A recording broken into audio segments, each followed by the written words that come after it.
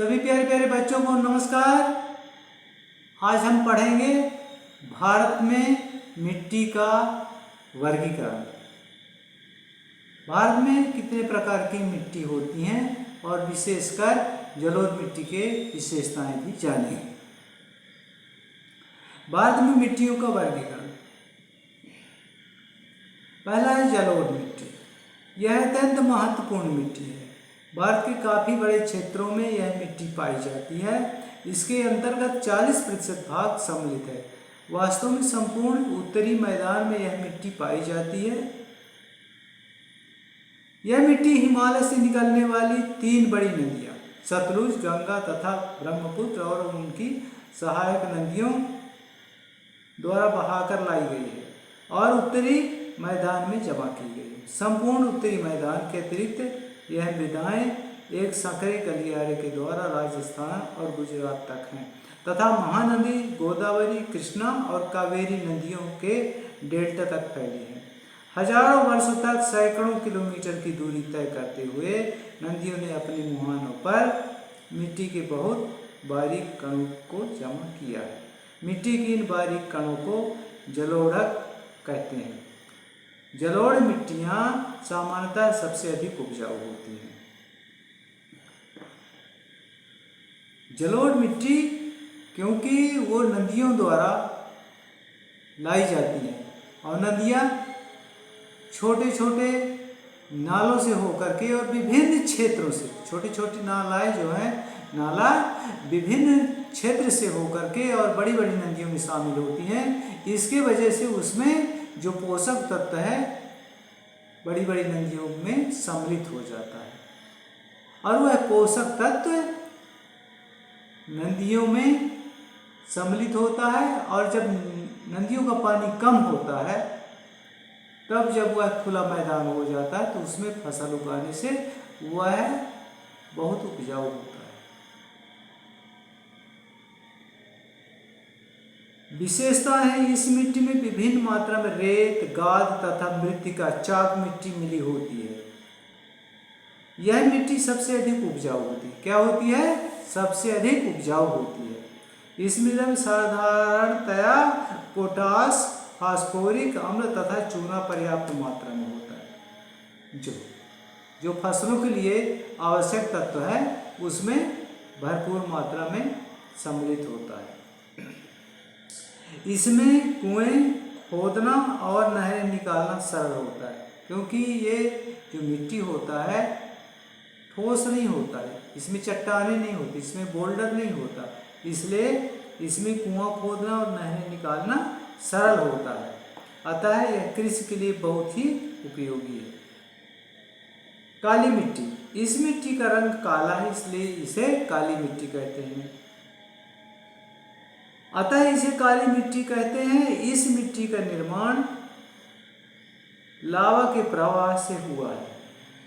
इससे मिट्टी का, कौन सी मिट्टी का? काली मिट्टी का जो निर्माण है लावा के प्रवाह से हुआ। हर जगह लावा का प्रवाह नहीं है, कई जगह काली मिट्टी प्राकृतिक रूप से भी मिल जाती है। इस मिट्टी में मैग्मा के अंश लोहा व एल्युमिनियम की प्रधानता पाई जाती है। मिट्टी में नमी बनाए रखने की अद्भुत क्षमता होती है। काली मिट्टी में दूसरे मिट्टी की अपेक्षा नमी अधिक दिन तक टिकी रहती है। इस मिट्टी का स्थानीय नाम रेगड़ है। अपने गांव देहात में खेती किसानी करने वाले लोग इसे रेगड़ के नाम से भी पुकारते हैं। ये मृदाएं महाराष्ट्र, सौराष्ट्र, मालवा, मध्य प्रदेश और छत्तीसगढ़ के पठार पर पाई जाती है। मध्य प्रदेश में शहडोल जिले में भी काली मिट्टी पाई जाती है। विशेषताएं। काली मिट्टी का निर्माण बहुत ही महीन मृत्तिका चीका के पदार्थ से हुआ है। इसकी अधिक समय तक नमी धारण करने की क्षमता प्रसिद्ध है। यह काली मिट्टी जल्दी सूखती नहीं है और जब सूखती है तो इसमें दरारें फटे होते हैं। जब ज़्यादा गर्मी पड़ता है तो ये मिट्टी टुकड़ा टुकड़ा हो जाता है, बड़े बड़े ढेरों में दिखाई देता है। यह मिट्टी कपास की, इसमें मिट्टी के पोषक तत्व पर्याप्त मात्रा में पाए जाते हैं। Calcium carbonate, magnesium carbonate, potash और चूना इसके मुख्य पोषक तत्व हैं। कहने का मतलब यह है कि अधिकतर पोषक तत्व काली मिट्टी में पाई जाती है। और ये मिट्टी किसके लिए उपयोगी है? यह मिट्टी कपास की फसल के लिए बहुत उपयुक्त है, अतः इसे कपास वाली मिट्टी भी कहा जाता है। वैसे इस मिट्टी में हर प्रकार के फसलें उगाई जा सकती हैं। तीसरा है लाल मिट्टी। यह मिट्टी लाल, पीली, भूरी आदि विभिन्न रंगों की होती है। हर जगह अलग अलग रंग की मिट्टी होती है, तो यह मिट्टी लाल, पीली, भूरी आदि विभिन्न रंगों की होती है।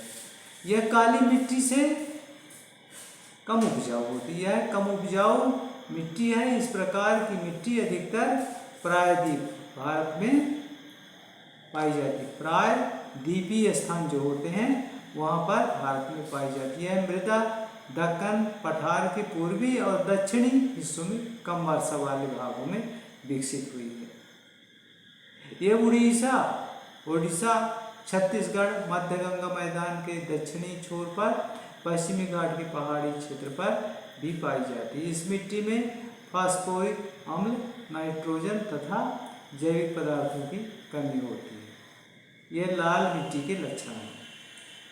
विशेषताएं क्या है? यह मिट्टी लाल, पीले या भूरे रंग की होती है। इस मिट्टी में लोहे के अंश अधिक होने के कारण उसके ऑक्साइड में बदलने से इसका रंग लाल हो जाता है।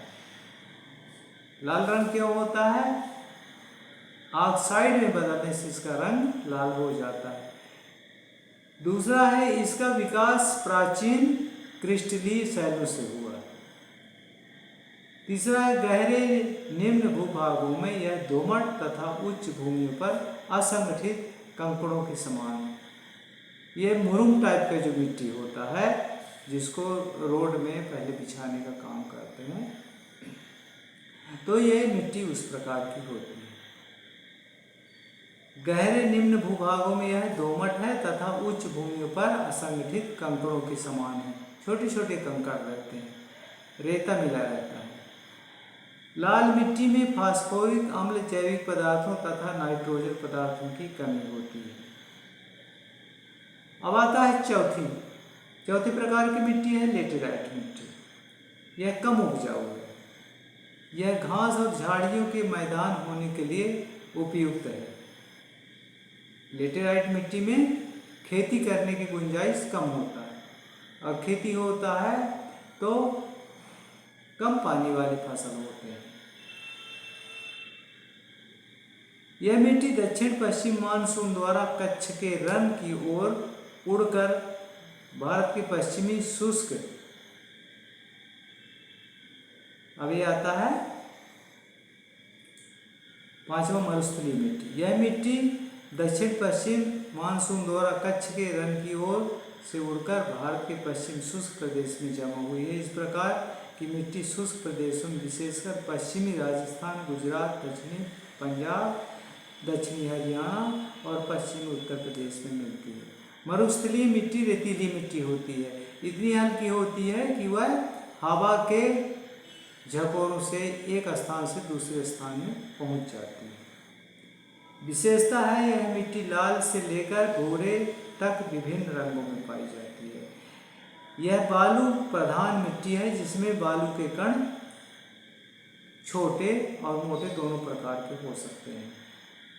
इसमें खनिज नमक अधिक मात्रा में पाया जाता है। इसमें नमी कम रहती है क्योंकि रेतीली रहती है, इसलिए इसमें नमी का गुंजाइश कम ही रहता है तथा वनस्पति के अंश भी कम ही पाए जाते हैं क्योंकि नमी न होने के कारण वहाँ पेड़ पौधे नहीं उग पाते हैं। किंतु सिंचाई करने पर यह उपजाऊ हो जाती है। यदि उसे पानी मिल जाए तो उसमें भी उत्पादन या खेती किया जा सकता है। पांचवा, सिंचाई की सुविधा उपलब्ध न होने पर यह बंजर पड़ी रहती है। इस मिट्टी में गेहूं, गन्ना, कपास, ज्वार, बाजरा, सब्जियां आदि पैदा की जा सकती हैं, लेकिन पानी की व्यवस्था हो तब। फिर आता है पर्वतीय मिट्टी। यह मिट्टी हिमालयी पर्वत श्रेणी पर पाई जाती है, पहाड़ों के नीचे। यह मिट्टी कश्मीर, उत्तर प्रदेश के पर्वतीय भाग के अतिरिक्त असम, पश्चिमी बंगाल, कांगड़ा आदि में पाई जाती है। कहाँ कहाँ पर्वतीय मिट्टी पाई जाती है? पश्चिमी बंगाल, असम, कांगड़ा आदि में पाई जाती है। ये स्थान आप याद कर लीजिए पर्वतीय मिट्टी के लिए, पर्वतीय क्षेत्र याद कर लीजिए। विशेषताएं: यह मिट्टी पतली, दलदली और छिद्रमयी होती है। नदियों की घाटियों और पहाड़ी ढालों पर यह अधिक गहरी होती है। यह मिट्टी चावल, गेहूं व आलू की फसल के लिए उपयुक्त होती है। कहीं कहीं चाय की खेती भी की जाती है। तो ये हो गया मिट्टियों के प्रकार। 6 प्रकार की मिट्टी इसमें बताए गए हैं। इसको आप एक बार और देख लीजिएगा ताकि अच्छे से याद हो जाए। वीडियो देखने के लिए बहुत बहुत धन्यवाद।